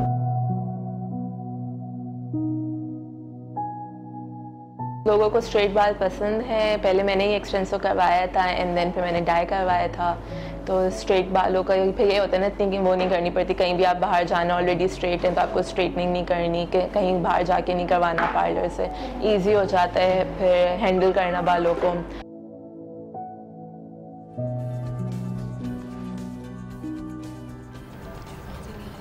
जवेरिया और इरमा की बातें तो आपने सुनी हैं, और जिस तरह की वो बता रही हैं कि जब उन्होंने अपनी एक्सटेंशन और एक्सटेंसो करवाया या फिर बॉन्डिंग करवाई, तो उन चीज़ों के बाद एक केयर होती है, एक एहतियात होती है, बहुत ज़रूरी होती है ताकि आपके बालों को डैमेज से बचाया जा सके। साथ ही साथ ये भी कहते हैं कि इसका एक सीज़न होता है कि जिसमें आपको ये करवानी भी चाहिए, क्योंकि अगर आप गर्मी के मौसम में कराएंगे तो आपके स्कैल्प के ऊपर पसीना आ जाएगा, या फिर अगर आप किसी ऐसे एरिया में रहते हैं जहाँ पर ह्यूमिडिटी बहुत ज़्यादा है, तो वहाँ पर भी अगर आप रिबॉन्डिंग वगैरह कराएंगे तो समटाइम्स आपके रिक्वायर्ड रिजल्ट इस वजह से नहीं पाते, क्योंकि वेदर जो है वो सूटेबल नहीं होता। तो ज्यादा मेरा ख्याल है बेहतर होता है कि आप सर्दियों में ये करवाएं ताकि आपके बाल जो है वो लॉन्ग लास्ट। चलिए, ये तो एक तरह की मिथ्स है ना जो अब हम क्लियर करेंगे अपने स्टाइलिस्ट से, क्योंकि लोग तो कोई भी मन तो एक्सटेंसो करवा रहे होते। मामला ये, सवाल ये कि क्या रिबॉन्डिंग या एक्सटेंसो हर शख्स करा सकता है, मतलब उसका जो टेक्सचर है, उसके जो बालों का टेक्सचर है, उसकी जो बालों की हेल्थ है, क्या वो उसको अलाउ करती है कि वो रिबॉन्डिंग करा ले? क्योंकि बहुत सारे लोग ऐसे भी होते हैं कि वो रिबॉन्डिंग तो करा लेते हैं और वो डेड स्ट्रेट भी उनके बाल लगते हैं, लेकिन ग्रोथ नहीं होती, हेल्दी नहीं रहते। तो ये भी एक मसला है। लेकिन ये कि रिबॉन्डिंग कराने से अगर आपके बालों में शाइनिंग आ रही है, वो बिल्कुल स्लीक हो रहे हैं, स्ट्रेट हो रहे हैं, तो इसमें कोई मजाका नहीं है, आप रिबॉन्डिंग करा सकते हैं। इस हवाले से मजीद भी बात करेंगे हम शो में। साथ साथ ये भी है कि अगर आपने बालों में कोई एक्सटेंसो करवाया है या फिर आप रिबॉन्डिंग करा रहे हैं या फिर केराटिन यूज कर रहे हैं, तो उसके बाद केयर के हवाले से जो मैं बात करी थी वो बहुत जरूरी होती है। और ये एक बात वाज़ेह तौर पर कही जाती है कि आप जब कभी ये करवाते हैं तो उसके 3 दिन तक आपको एटलीस्ट बात नहीं लेना चाहिए, और ताकि आपके बालों के टेक्सचर में जो वो केमिकल है वो पूरी तरह से एब्जॉर्ब हो जाए। इसी तरह ये भी कहा जाता है कि आपके बालों में पसीना नहीं आना चाहिए, नहीं तो वहां से जो है वो आपके बाल खराब होना शुरू हो जाएंगे। तो ये मुख्तलिफ चीजें होती है, मुख्तलिफ पहलू हैं जिनके ऊपर आज हम शो में बात भी करेंगे, लेकिन यहाँ पर लेंगे एक छोटी सी ब्रेक, जिसके बाद मिलेंगे डर्मेटोलॉजिस्ट शर्मीन मुस्तफा से।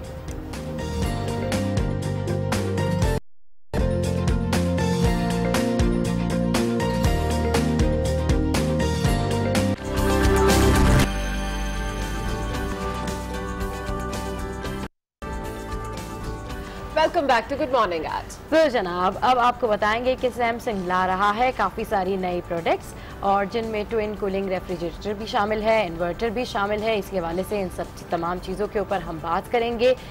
इनकी खुसूसियात क्या हैं, ये सब बताने के लिए इस वक्त हमारे साथ स्टूडियोज़ में ज्वाइन किया है हमें सैमसंग के कंज्यूमर इलेक्ट्रॉनिक डिवीजन के हेड इमरान कयूम साहब ने। आइए इनसे बात करते हैं। अस्सलाम वालेकुम sir, welcome to good morning. आज कैसे हैं आप? अस्सलाम वालेकुम, thank you very much for having me on the show. अच्छा, अल्लाह का शुक्र। It's all our pleasure. Well, आप लोग एक नई प्रोडक्ट लेकर आए हैं, ट्विन कूलिंग सिस्टम, और हमने इसके एड्स भी देखे हैं टेलीविजन पर, और ज़बरदस्त ये एक प्रोडक्ट भी है। कुछ अपनी इस प्रोडक्ट के बारे में बताइए कि किस तरह की इसमें खसूसियात हैं, किस तरह ये बाकी रेफ्रिजरेटर से डिफरेंट है। जी बिल्कुल, ट्विन कूलिंग बिल्कुल डिफरेंट है बाकी रेफ्रिजरेटर से। बाकी रेफ्रिजरेटर्स में क्या होता है कि आपकी जो फ्रीज़र की ठंडी हवा है वो फ्रिज के अंदर फेंकी जाती है, ठीक, उसको ठंडा करती है, then it goes back to the freezer ठंडा होने के लिए। ठीक, आपने नोट किया होगा कि जब आप फ्रीज़र खोलें तो अंदर बड़ा ड्राई होता है, वो जो हवा ठंडी तो होती है लेकिन ड्राई होती है, जिससे सारी मॉइस्चर निकल जाती है जब वो फ्रिज में जाती है। हाँ। अक्सर आपने देखा होगा हाउसवाइफ्स क्या करती हैं कि एक गीला रुमाल लपेट लेंगी सैंडविचेस के ऊपर या किसी और चीज़ पे, या वो रैप लेके, प्लास्टिक रैप लेके उनको प्रोटेक्ट करी होती है। सही, वो इसलिए प्रोटेक्ट करी होती है कि वो जो ड्राई एयर है वो सारी मॉइस्चर निकाल लेता है सब्जियों में से, फलों में से, सैंडविचेस में से। सैमसंग ने इस मसले का हल किया। सही, हमारा जो ट्विन कूलिंग रेफ्रिजरेटर है उसमें फ्रीजर में बिल्कुल इंडिपेंडेंट कूलिंग सिस्टम है, हाँ, और रेफ्रिजरेटर का अपना अलग कूलिंग सिस्टम है। ठीक, ज़बरदस्त। तो अच्छा, नई टेक्नोलॉजी सैमसंग लेके आया है, और डेफिनेटली आप कह रहे हैं कि ट्विन कूलिंग सिस्टम है, जिससे जो ड्राई एयर होती है वो थोड़ा मॉइस्चर हो जाएगी और ज़्यादा प्रॉब्लम नहीं होगी, क्योंकि हम देखते हैं कि अगर हम कोई भी चीज़ रेफ्रिजरेटर में रख रहे होते हैं तो फ्रीज़र का भी वही इम्पैक्ट आ रहा होता है और नीचे भी वही इम्पैक्ट आ रहा होता है फ्रिज के अंदर। तो ये बताएं कि इस ये टेक्नोलॉजी अभी आ गई है, इसके ऊपर इम्प्लीमेंट हो गया है, मतलब ये तमाम चीज़ें, या अभी ये पाइपलाइन में है, या बिल्कुल रेडी टू सेल? ये टेक्नोलॉजी आ गई है, ना सिर्फ दुनिया में बल्कि पाकिस्तान के अंदर भी हमने इंट्रोड्यूस कर दिया। ठीक, अगर आप जाएं अपने लोकल इलेक्ट्रॉनिक स्टोर से, हाँ, उनसे पूछें जी मुझे सैमसंग का ट्विन कूलिंग रेफ्रिजरेटर चाहिए, it's available in the market through out Pakistan में। अच्छा, जैसे कि अभी इस एड के अंदर मेंशन है कि 5 नीड्स 1 फ्रिज, तो क्या हम इसको 2 in 1 के तौर पर भी यूज कर सकते हैं? जैसे कि अगर हमें एक टाइम पर हमारे पास फ्रिज में रखने के लिए बहुत सारी चीजें हैं लेकिन हमारे पास जगह नहीं है, तो हम फ्रीजर को भी एज अ फ्रिज यूज कर सकते हैं। और समटाइम्स ऐसे होता है कि आपको कुछ चीजें फ्रोज करनी होती हैं, तो उस टाइम पर आपका फ्रिज जो है वो काफी ज्यादा मतलब उस पर जगह चाहिए। शुरू हो जाएंगे। शौकत फराज, आपका बहुत शुक्रिया। एक बार फिर से रुक करेंगे इमरान कयूम साहब का, जो कि इस वक्त हमारे साथ मौजूद हैं, और सैमसंग की एक नई टेक्नोलॉजी के हवाले से बात हो रही है। तो अभी एक ऑफर भी मैं आपसे क्वेश्चन पूछ रही थी, और वो यही था कि जो ये टेक्नोलॉजी आपके पास आई है इन्वर्टर की, इसमें क्या ये भी हमें फैसिलिटी है कि समटाइम, जैसे आप जानते हैं कि पाकिस्तान के अंदर बहुत ही ज़्यादा लाइट जो है फ्लक्चुएट कर जाती है, जब भी कभी लोड शेडिंग होती है तो इस तरह की प्रॉब्लम्स आ जाती हैं, तो ऐसे में हमारे फ्रिज जो है वो लोगों को अक्सर शिकायत होती है कि ख़राब हो जाता है।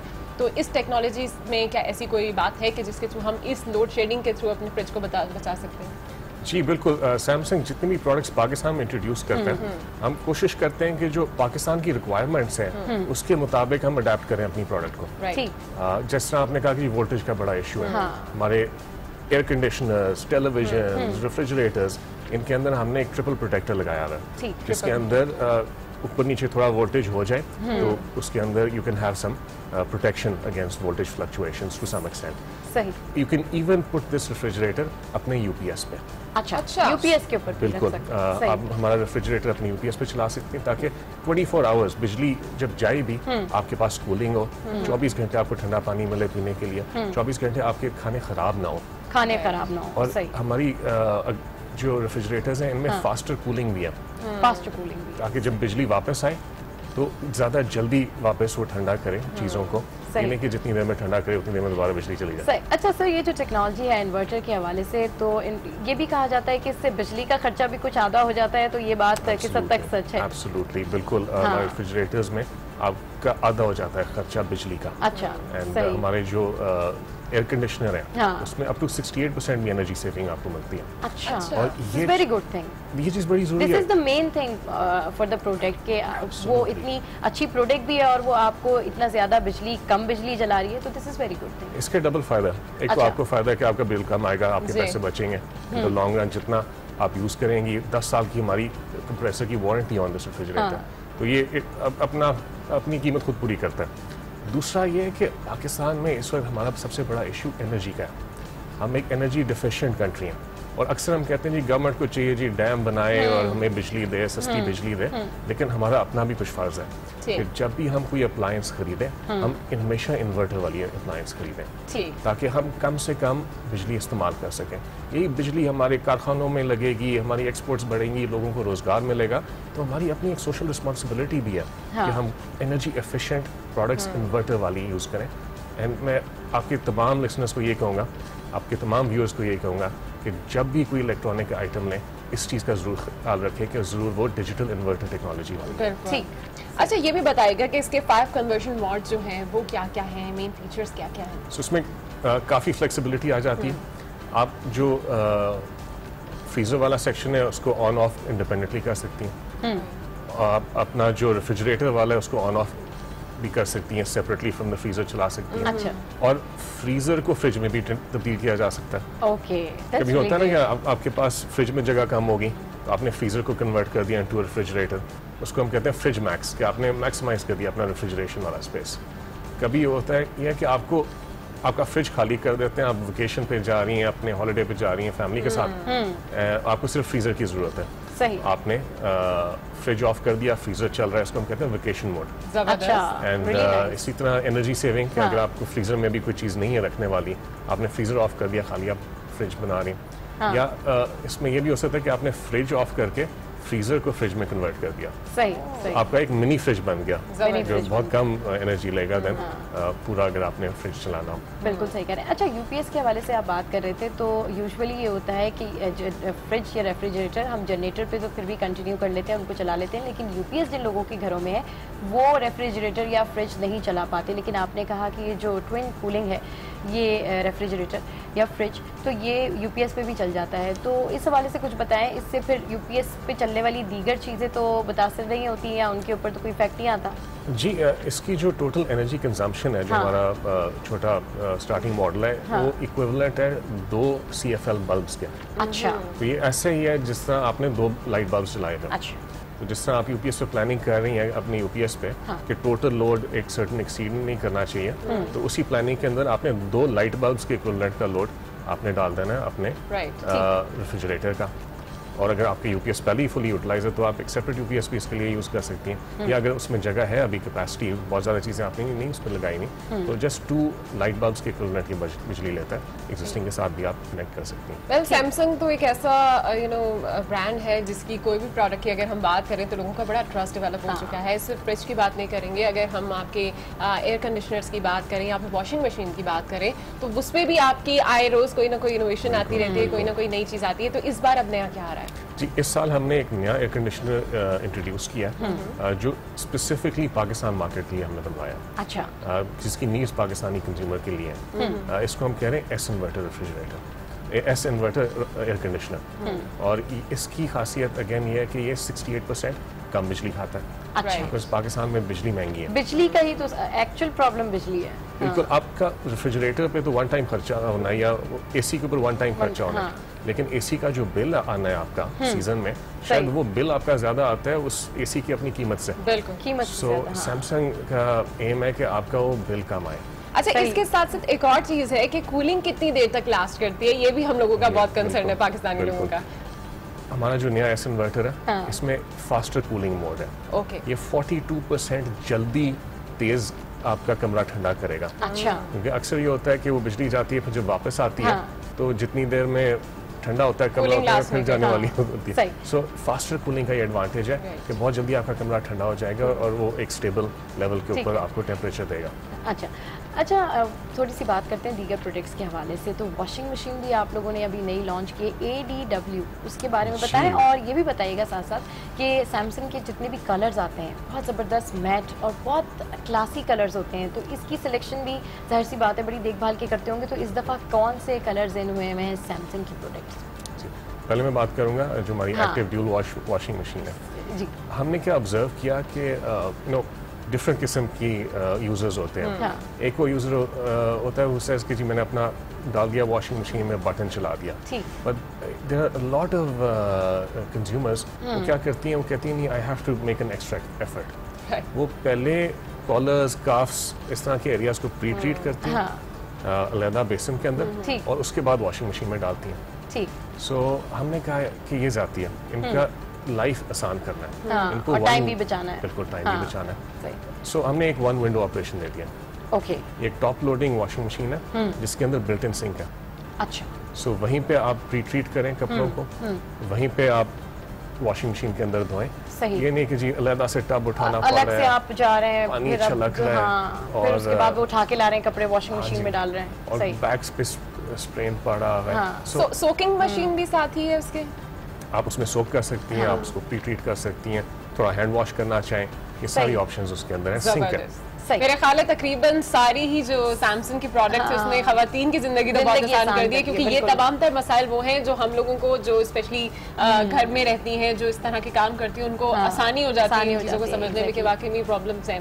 वेल, बहुत ज़्यादा इंफॉर्मेटिव चीज़ें हैं जो आपने हमें बताई हैं सैमसंग के हवाले से। इसके अलावा अगर कोई प्रोडक्ट जो आप अभी मेंशन करना चाहें, जो अभी मजीद लॉन्च करने के प्लान हैं आपके आगे के इस साल के या नेक्स्ट ईयर के कुछ प्लान हैं, वो जरूर शेयर कीजिए। बिल्कुल जी, अभी आपने कलर्स की बात की, तो पहले आपको याद है सारे फ्रिज वाइट हुआ करते थे, वो सिल्वर का ट्रेंड आया। अब जो ग्लोबल ट्रेंड आ रहा है वो ब्लैक का ट्रेंड आ रहा है। सो अब ब्लैक कलर में भी रेफ्रिजरेटर्स और वॉशिंग मशीन्स हम इंट्रोड्यूस करें पाकिस्तान में, बिकॉज अब लोग सिर्फ अपने किचन के अंदर नहीं ये चीज़ें रखते हैं, ठीक है। अब ओपन किचन्स का भी ज़माना आ रहा है, तो you need very beautifully design products जो कि अच्छी खूबसूरत लगें आपके घर के अंदर, आपके ओपन किचन्स के अंदर। और इसके अलावा हमने एक और नई front load washing machine introduce की है जिसका नाम है एड वॉश। अच्छा, उसकी क्या स्पेशलिटी? उसमें अक्सर ये होता है कि जैसे ही आपने वॉशिंग मशीन चलाई, आपको सडनली ख्याल आ गया हो ये जुराबें तो मैंने डालनी भूल गई हूँ, तो उसमें हमने छोटी सा विंडो दे दिया, छोटा सा डोर इनडोर दे दिया, तो आप खोल के अलग से भी कोई चीज़ भूल गई तो you can add it 5-10-15 minutes. हमें मुझे और हमको लग रहा है कि हमें फौरन से विजिट करना पड़ेगा सैमसंग। अच्छा, कुकिंग के हवाले से भी कोई नई चीज़ आपने लॉन्च की है, उसके हवाले से भी पूछेंगे, लेकिन कुकिंग की बात हो रही है तो यहाँ पर अभी हम जाएंगे हमारी रैपिड रेसिपी की जानिब, और क्योंकि ये टाइम है हल्की फुल्की भूख का और बात हो रही है सैमसंग के रेफ्रिजरेटर की, तो खाना इससे कैसे दूर रह सकता है। तो चल के देखते हैं कि आज रैपिड रेसिपी में क्या है।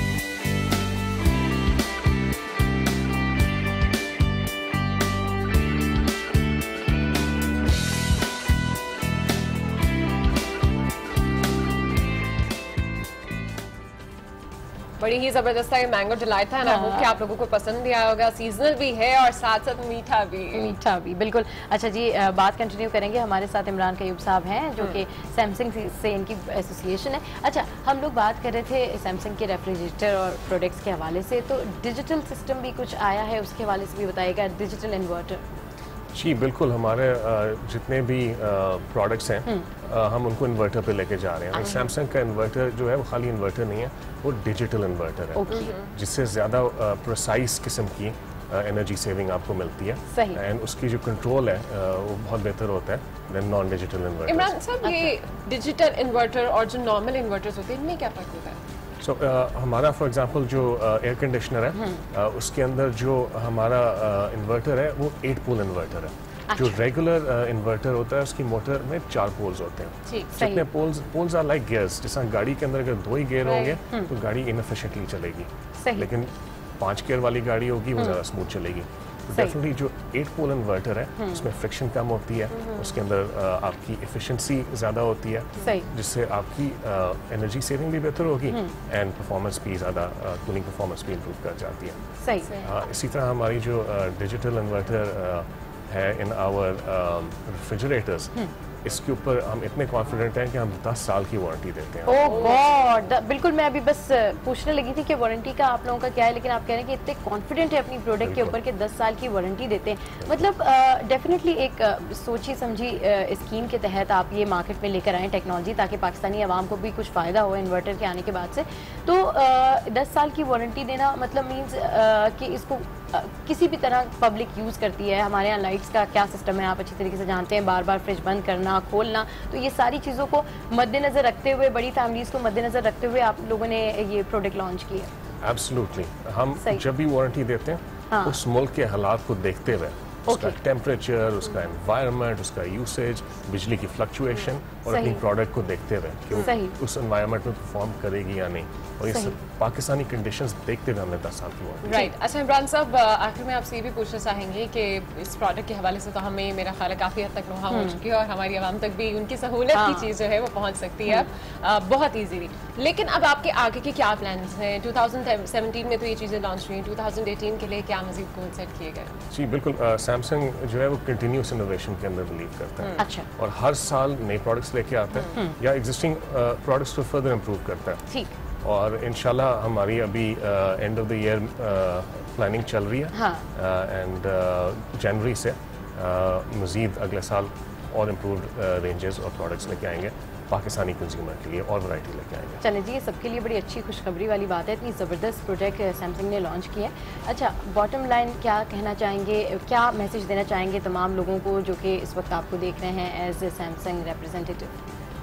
जी, बॉटम लाइन में ही मैसेज दोबारा दोहराऊंगा कि पाकिस्तान एक एनर्जी डेफिसिट वाला कंट्री है एंड हम सब का फ़र्ज़ है कि हम जब जैसे चाहें बिजली बचाएं, और जब भी कोई अप्लायंस लें हमेशा डिजिटल इन्वर्टर टेक्नोलॉजी वाली लें, ताकि हम कंट्रीब्यूट करें पाकिस्तान की तरक्की में और हमारे जो एनर्जी डेफिसिट है इस बुरान को हल करने में। जी thank you so much Imran साहब, आप हमारे साथ थे और सैमसंग के हवाले से हमने बातचीत की। तो डेफिनेटली एक आवाम का बहुत ट्रस्ट है सैमसंग पर और इवन बहुत से ऐसे लोग हैं जो सैमसंग की प्रोडक्ट्स को यूज़ करते हैं, चाहे वो मोबाइल फोन्स हो, चाहे आपके टेलीविजन हो, चाहे आपके रेफ्रिजरेटर्स हो। तो एक ट्रस्ट जो है वो डेवलप करना किसी भी प्रोडक्ट के लिए बहुत ज़रूरी होता है, किसी भी ब्रांड के लिए वो ट्रस्ट आवाम की तरफ डेवलप करना काफ़ी अहम है। अच्छा, सैमसंग की बात करें तो मेरे ख्याल में हम सबको या पाकिस्तानी आवाम को सैमसंग के ऊपर ट्रस्ट तो बहुत है, लेकिन अब जो इनकी नई टेक्नोलॉजी आ रही है उससे मुझे लगता है इसका क्रेज़ और बहुत ज्यादा बढ़ जाएगा लोगों में, क्योंकि अगर कोई भी खातून सुनेगी कि उसको कॉलर जो है वो साफ करने की जरूरत नहीं है और एट टाइम्स वो वॉशिंग मशीन के साथ ही जो है वो कॉलर भी धो सकती है और साथ मोजे भी डाले जा सकते हैं, तो मेरे ख्याल में it's a very good thing. और सैमसंग की प्रोडक्ट जो है बिल्कुल इसने एक तरीके से आउट क्लास कर दिया। और फ्रिज की अगर बात की जाए तो फ्रिज के अंदर आप देखें बिजली का खर्च आधा, मतलब आप जिस मोड के ऊपर रखना चाहें उस मोड पे रख सकते हैं। ट्विन कूलिंग है, मतलब it's all about in one twin cooling, like it's awesome. बिल्कुल, ये एक नेक्स्ट लेवल है हमारी तमाम तरह इलेक्ट्रॉनिक्स के हवाले से। तो डेफिनेटली आप भी इन प्रोडक्ट्स को ट्राई कीजिए एंड आई होप कि आप लोग बिल्कुल इन तमाम प्रोडक्ट्स से सेटिस्फाई भी होंगे और आपको मायूस नहीं करेंगे। इसी के साथ यहाँ पर लेंगे एक छोटी सी ब्रेक, जिसके बाद शामिल करेंगे।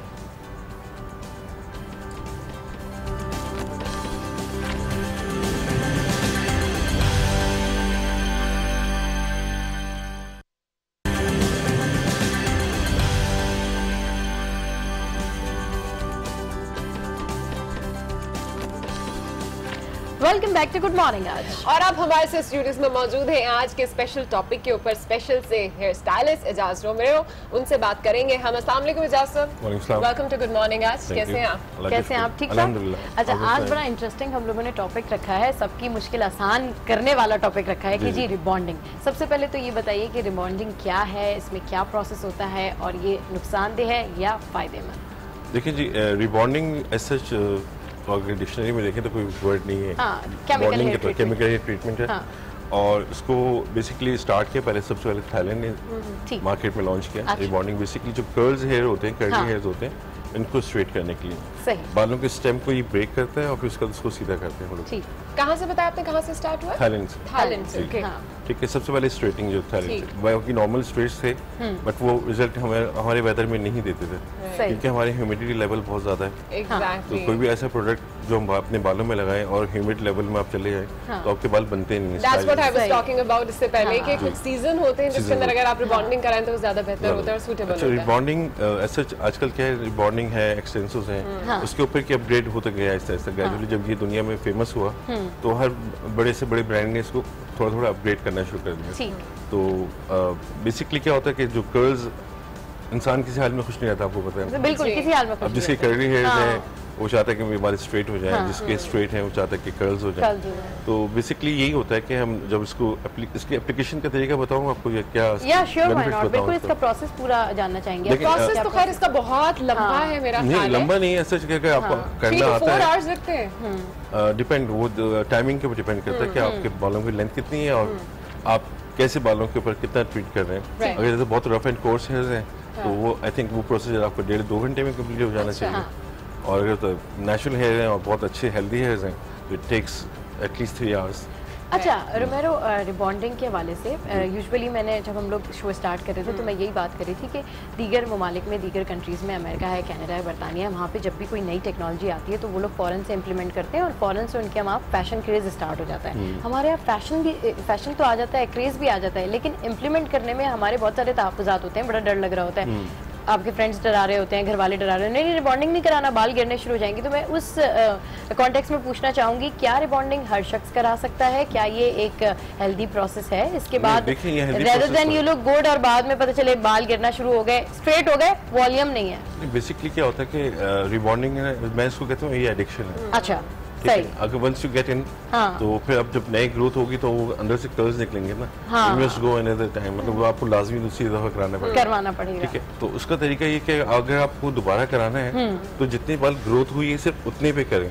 अच्छा, मोस्टली हमारे सैलून्स के अंदर लोगों को आइडिया नहीं होता कि वो क्या कर रहे हैं, वो एप्लीकेशन पूरी दोबारा कर देते हैं पूरे सर्कल पर, तो बाल ब्रेक हो जाते हैं, बाल गिरना शुरू हो जाते हैं, बाल कमजोर हो जाते हैं, क्योंकि बालों की 3 लेयर्स होती हैं। सही, ठीक है, आउटर मोस्ट जो लेयर है उसको हम क्यूटिकल कहते हैं। क्यूटिकल कहते हैं, ठीक है, उसके अंदर आप क्लेरिफाई शैम्पू वगैरह डाल के उसको क्यूटिकल को ऑन करके फिर उसके बाद आप सारा क्यूटिकल इतनी जल्दी ऑन नहीं होते। अच्छा, ठीक है, इट टेक्स 25 मिनट्स। ओके, बालों के क्यूटिकल्स को खोलने के लिए 20 से 25 मिनट चाहिए। अच्छा, ठीक है, नेचुरल हेयर्स एक स्ट्रक्चर बॉन्ड होता है, जी हां, बिल्कुल नेचुरल चीज है ना, उसको ब्रेक करते हैं तो आपको 20 से 25 मिनट उस प्रोसेस में फॉर्मल डिहाइड्रेट, इसकी जो बेसिक फार्मूला है तो वो फॉर्मल डिहाइड्रेट होता है, तो वो उसको कंट्रोल करने के लिए बालों को क्यूटिकल्स को खोलने के लिए 20 से 25 मिनट चाहिए होता है। अच्छा, इजाज़ यहाँ पर ना हमारी जो क्यूटिकल्स नहीं खोलता आपके, हमारी जो यहाँ पर लोग हैं, जो खवातीन हैं, मोस्टली वो एक्सपेक्ट करती हैं कि हमने अगर रिबॉन्डिंग करा ली है तो हमारे बाल ना सिर्फ स्ट्रेट हो बल्कि शाइनी भी हो, स्लीकी भी हो, और वो इस तरह की एक्सपेक्टेशंस रखती हैं, पर वो ये नहीं जानती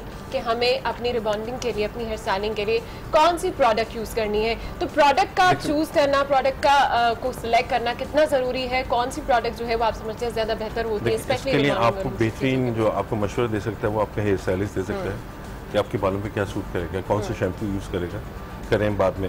और बेसिकली क्या होता है, रिबॉन्डिंग तो रिबॉन्डिंग हो गई, एक्सटेंस हो गए, सब लोग कर लेते हैं।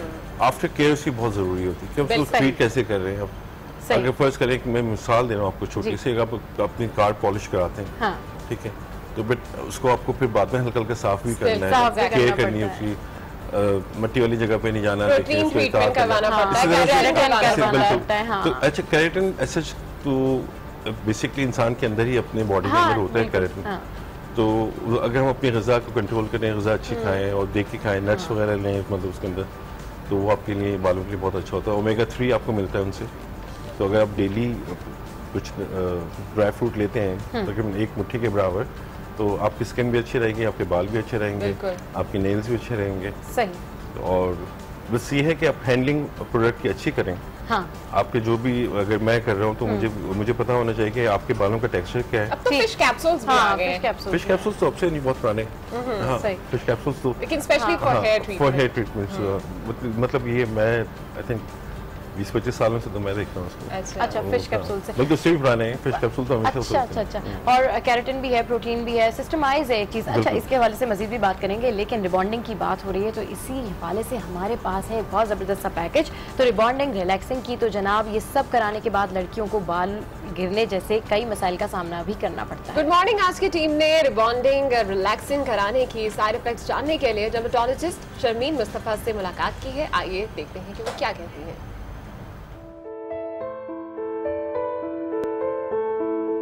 मेरा नाम डॉक्टर शर्मीन मुस्तफ़ा है। मैं डर्मेटोलॉजिस्ट और कॉस्मेटोलॉजिस्ट हूँ। आजकल बहुत ट्रेंड है, बहुत यंग लड़कियां जो हैं वो आजकल कलर डाइज भी इस्तेमाल करती हैं, बहुत सारी ट्रीटमेंट्स कराती हैं, जैसे केराटिन है, एक्सटेंसो है, रिबॉन्डिंग है। और जहाँ इनके ऑफ कोर्स एस्थेटिक जो पहलू से अगर देखा जाए तो बहुत अच्छा भी लगता है, आपको इतनी वैरायटी मिल जाती है जहाँ कलर शेड्स कंसर्न्ड हैं या बालों की लुक कंसर्न्ड है। लेकिन उसके साथ साथ हर ट्रीटमेंट का एक नेगेटिव एस्पेक्ट भी होता है। जहाँ तक बालों का ताल्लुक है, अगर आप सिर्फ बालों के ऊपर लगाएं तो ये बेनिफिशियल है किसी हद तक, क्योंकि वो प्रोटीन नरिशमेंट, जो बाल रूखे हो जाते हैं उनको प्रोटीन जो है एक तरह से वो भिजवाते हैं, उसके अंदर पेनिट्रेट करता है और बालों की जो क्वालिटी है वो बेहतर हो जाती है। लेकिन जहाँ हम रिबॉन्डिंग की या एक्सटेंसोस की बात करते हैं, वहाँ बहुत दफ़ा ये देखा गया है, अगर तो जो करने वाले हैं वो प्रोफेशनल्स हैं, अगर आप कोई अच्छे प्रोफेशनल इंस्टीट्यूट में जाके करा रहे हैं तो आपका यूर इन सेफ हैंड्स। लेकिन अगर कोई जो है ऐसी जगह पे जा रहे हैं जहाँ पर कोई वो नहीं देखता कि आपकी क्वालिटी ऑफ हेयर क्या है, अगर आपने प्रीवियस ट्रीटमेंट्स करवाई हैं तो ब्रेकेजेस तो नहीं है या स्प्लिट एंड्स तो नहीं है आपके बालों में, उसकी वजह से काफ़ी डैमेज हो सकता है। उसकी वजह से अगर आप ज़्यादा उसके अंदर थर्मल एनर्जी या आप वहाँ आयनिंग वगैरह जो करते हैं, अगर उसके टेम्परेचर इंक्रीज हो जाए तो वो बालों को जला सकता है और वो डैमेज जो है वो इतना हद तक होता है कि फिर उसको रिपेयर करना बहुत मुश्किल हो जाता है।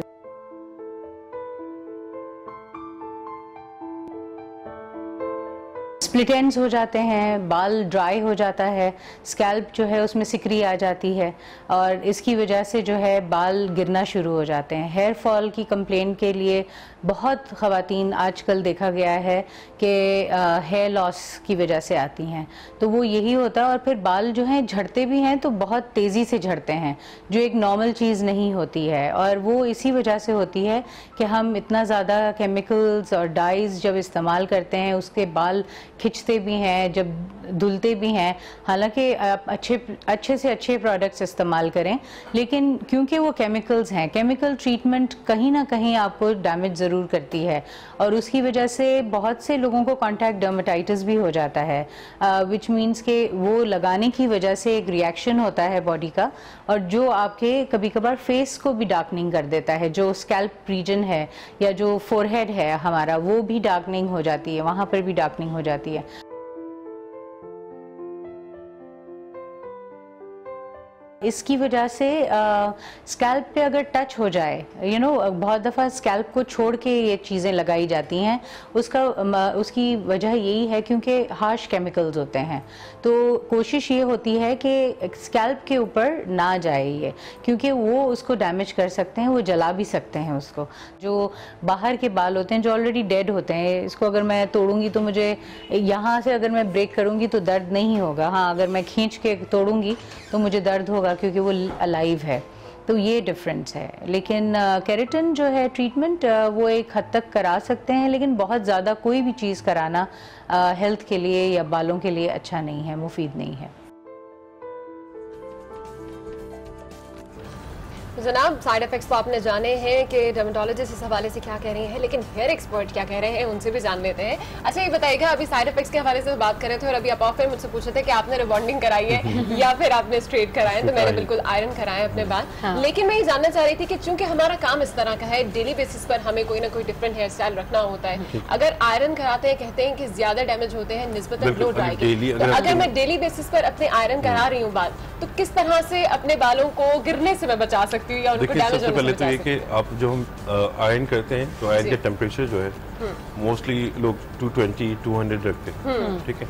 अगर आपको डेली आयरन करना है तो फिर आपको उसको प्रोटेक्टिव सीरम्स आते हैं जो फ्री सीरम्स होते हैं, मतलब आपको आयरन करने से पहले बालों में अप्लाई कर लें ताकि आपकी वो हीट प्रोटेक्ट करे आपके बालों को। अब डेली आप आयरन कर रहे हैं अपने बालों के तो उसके जो क्यूटिकल्स हैं वो बिल्कुल डैमेज हो जाएंगे, ठीक है, और कॉर्टेक्स में बिल्कुल जान नहीं है कि तो बाल फ्लैट हो जाएंगे।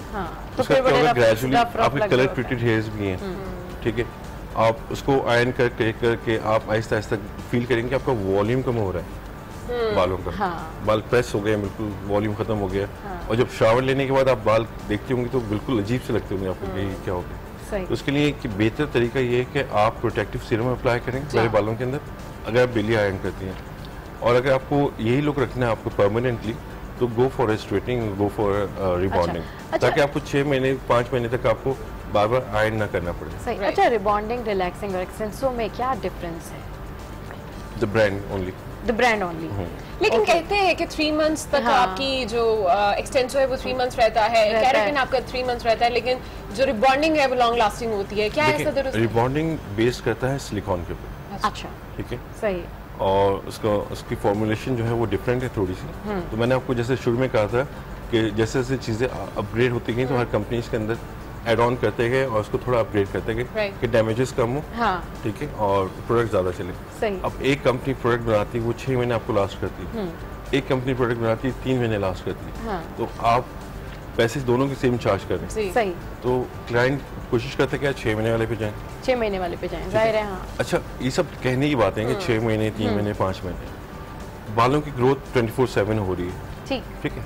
आपने एक एप्लीकेशन कर ली, उसके बाद आपके बाल तो ग्रोथ हो ही रहे ना, ऐसा तो नहीं कि वो स्टॉप हो गए।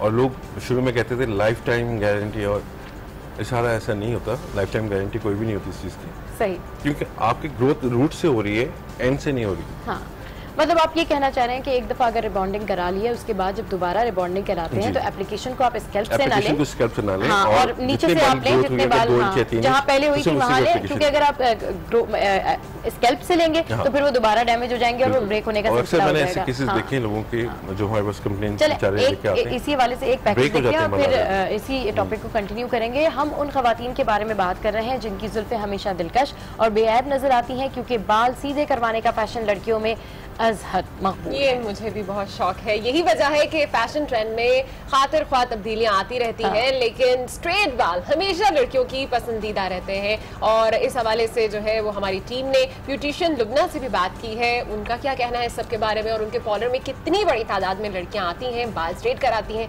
वही से जान लेते हैं।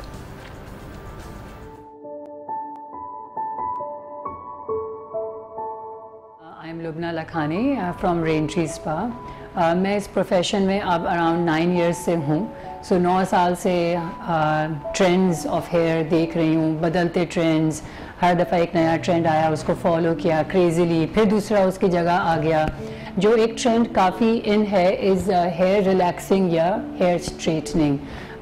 बहुत पहले आया था रिबॉन्डिंग, लेकिन अब रिबॉन्डिंग इतना नहीं ऑन है बिकॉज किसी को भी बहुत ज़्यादा फ्लैट स्ट्रेट बाल नहीं पसंद, थोड़ा बाउंस होना चाहिए आपके बाल में, थोड़ी बॉडी होनी चाहिए।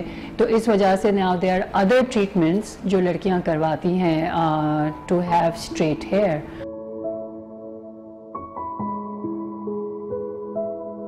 आपके बाल अच्छे दिखने चाहिए because as I always say in grooming classes के your hair is your crowning beauty, यानी कि सबसे ज़्यादा जो है आपके पूरे ओवरऑल लुक में आपका हेयर जो है वो सबसे बड़ा पार्ट प्ले करता है। अगर आपने मेकअप भी नहीं किया हुआ लेकिन बाल अच्छे दिख रहे हैं तो ऑटोमेटिकली आप ग्रूम दिखते हैं।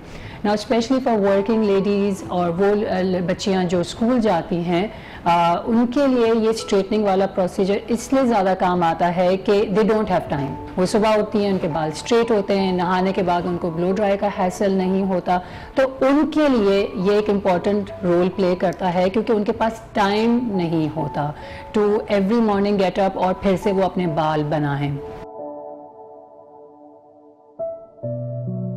एक बात फॉर श्योर है कि जब आपके बाल अच्छे दिखते हैं, स्पेशली अगर स्ट्रेट हैं जैसे मैंने इस वक्त किए हुए हैं, तो एक ऑटोमेटिकली एक ग्रूम्ड लुक आता है और इसीलिए लोग बहुत ज़्यादा इस प्रोसेस की तरफ जाते हैं और हम बहुत ज़्यादा ये प्रोसेस करते हैं अपने स्पा पे। एंड आई डू थिंक कि ये बहुत सेफ़ है अगर सही तरह किया जाए, अगर सही प्रोडक्ट्स के साथ किया जाए और जो करने वाला है वो प्रॉपरली ट्रेंड हो, तो इस प्रोसेस में फिर कोई प्रॉब्लम नहीं है, आपके बाल डैमेज नहीं होंगे, यू नो। एंड लोग डरते हैं इस बात से कि बहुत ज़्यादा डैमेज हो जाएंगे, लेकिन that's why I always tell my clients कि अगर आप कोई केमिकल प्रोसेस यानी कि स्ट्रेटनिंग जैसा या डाई जैसा करवा रहे हैं, तो प्लीज़ ऐसे लोगों के पास जाएं जिनका आपको अश्योरेंस हो कि वो सही प्रोडक्ट्स यूज़ कर रहे हैं और उनके वर्कर्स ट्रेंड हैं।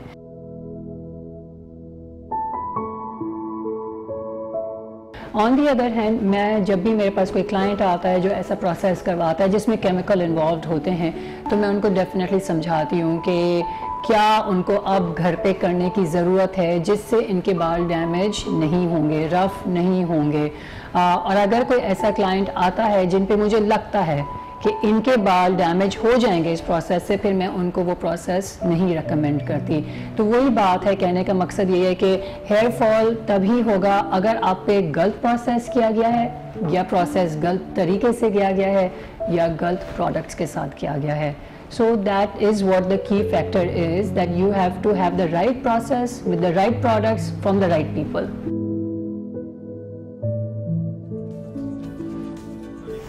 तो जनाब, बालों के हवाले से बातचीत हो रही है। एजाज साहब अभी भी हमारे साथ ही हैं, तो एक क्वेश्चन मैंने अभी थ्रो किया था, मेरा ख्याल है मैं दोबारा उनसे ये पूछती हूँ कि एजाज साहब ये बताइएगा कि कहते हैं कि अगर आपने बालों में एक्सटेंसो कराया हुआ है, बेशक वो 3 मंथ्स के लिए है या फिर 6 मंथ्स के लिए है, जितने भी टाइम के लिए है, कहते हैं कि अगर रिबॉन्डिंग कराएं तो आपके बाल स्ट्रेट रहते ही हैं, लेकिन अगर आप एक्सटेंसो कराते हैं तो कुछ टाइम के बाद आपके बालों में दोबारा कर्ल्स आना शुरू हो जाते हैं। Is that true? जैसे मैंने आपको पहले बताया था कि रिबॉन्डिंग जो है ना वो सिलिकॉन बेस्ड होती है, ठीक है, और लाइफ मतलब उसकी लास्टिंग बहुत ज़्यादा है और वो स्ट्रेट रहते हैं, वो आपको लुक देते हैं फ्लैट लुक, चाइनीज लुक, ठीक है। चाइनीज लुक हम लोगों को पसंद नहीं है, तो बहुत ज़्यादा फ्लैट रहते हैं, आपको स्टाइलिंग उससे करने से।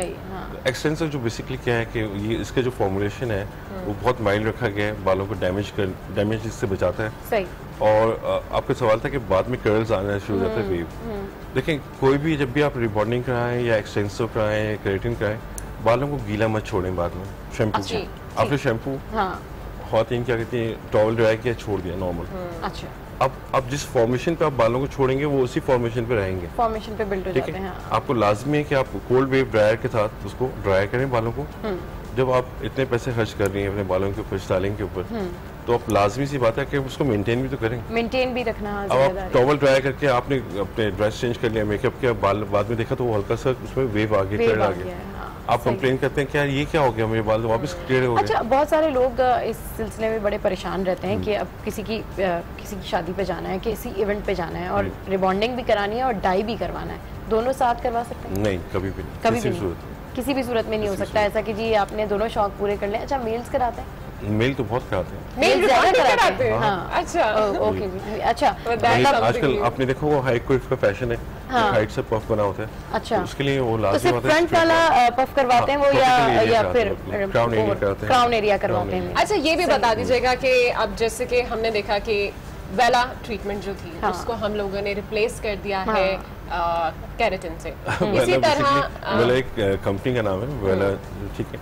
तो जब स्ट्रेट का नाम सोचते हैं तो हम वेला का नाम जरूर लगाते हैं, क्योंकि जब कॉस्मेटिक इंडस्ट्री में तरक्की हुई तो सबसे पहले वेला ही आया, ठीक है। तो हम जब स्ट्रेट सोचते हैं तो हम डायरेक्ट सैलून में जाके हमने वेला स्ट्रेट कराना, वेला ट्रीटमेंट, ठीक है। हाँ, तो वेला तो एक ब्रांड कंपनी है, प्रोडक्ट है, तो उसकी जो स्ट्रेटिंग जो है प्रोडक्ट वो हमारे बालों में, हमारे वेदर में नहीं चलती। अच्छा, वो वेला आपको कोयटा में चल जाएगा, ऐसे इलाकों में चलेगा जहाँ पे ड्राई वेदर हो, सही, ठीक है। हमारे ह्यूमिडिटी लेवल बहुत ज़्यादा है, तो पहले जब स्ट्रेट करते थे तो बाल जब तक गीले रहते थे सीधे रहते थे, सूखते थे वापस कर जाते थे। चलें जी, चार्ल्स रोमेरो हमारे साथ है, हेयर स्टाइलिस्ट, और बहुत ज़बरदस्त और इंटरेस्टिंग उन्होंने बातें की हेयर बॉन्डिंग के हवाले से, हेयर स्ट्रेटनिंग के हवाले से, और साथ साथ जिन लोगों को ऐसा लगता है कि हेयर बॉन्डिंग रिलैक्सिंग में और एक्सटेंसो में कोई फ़र्क है तो सिर्फ ब्रांड का फ़र्क है और पैसों में शायद हो सकता है फ़र्क हो, लेकिन रिजल्ट जो होते हैं वो सेम होते हैं, लेकिन लॉन्ग लास्टिंग और रिलायबल जो ट्रीटमेंट है वो रिबॉन्डिंग ही है। बिल्कुल ऐसा ही है, और जब आप इतने पैसे स्पेंड कर रहे हैं अपनी बालों की रिबॉन्डिंग पे, एक्सटेंसो पे, तो फिर उनकी केयर पे भी उतने ही पैसे स्पेंड करने जैसे मेरे जहन में इस वक्त एक बात आ रही है कि 5000 देके कुछ लोग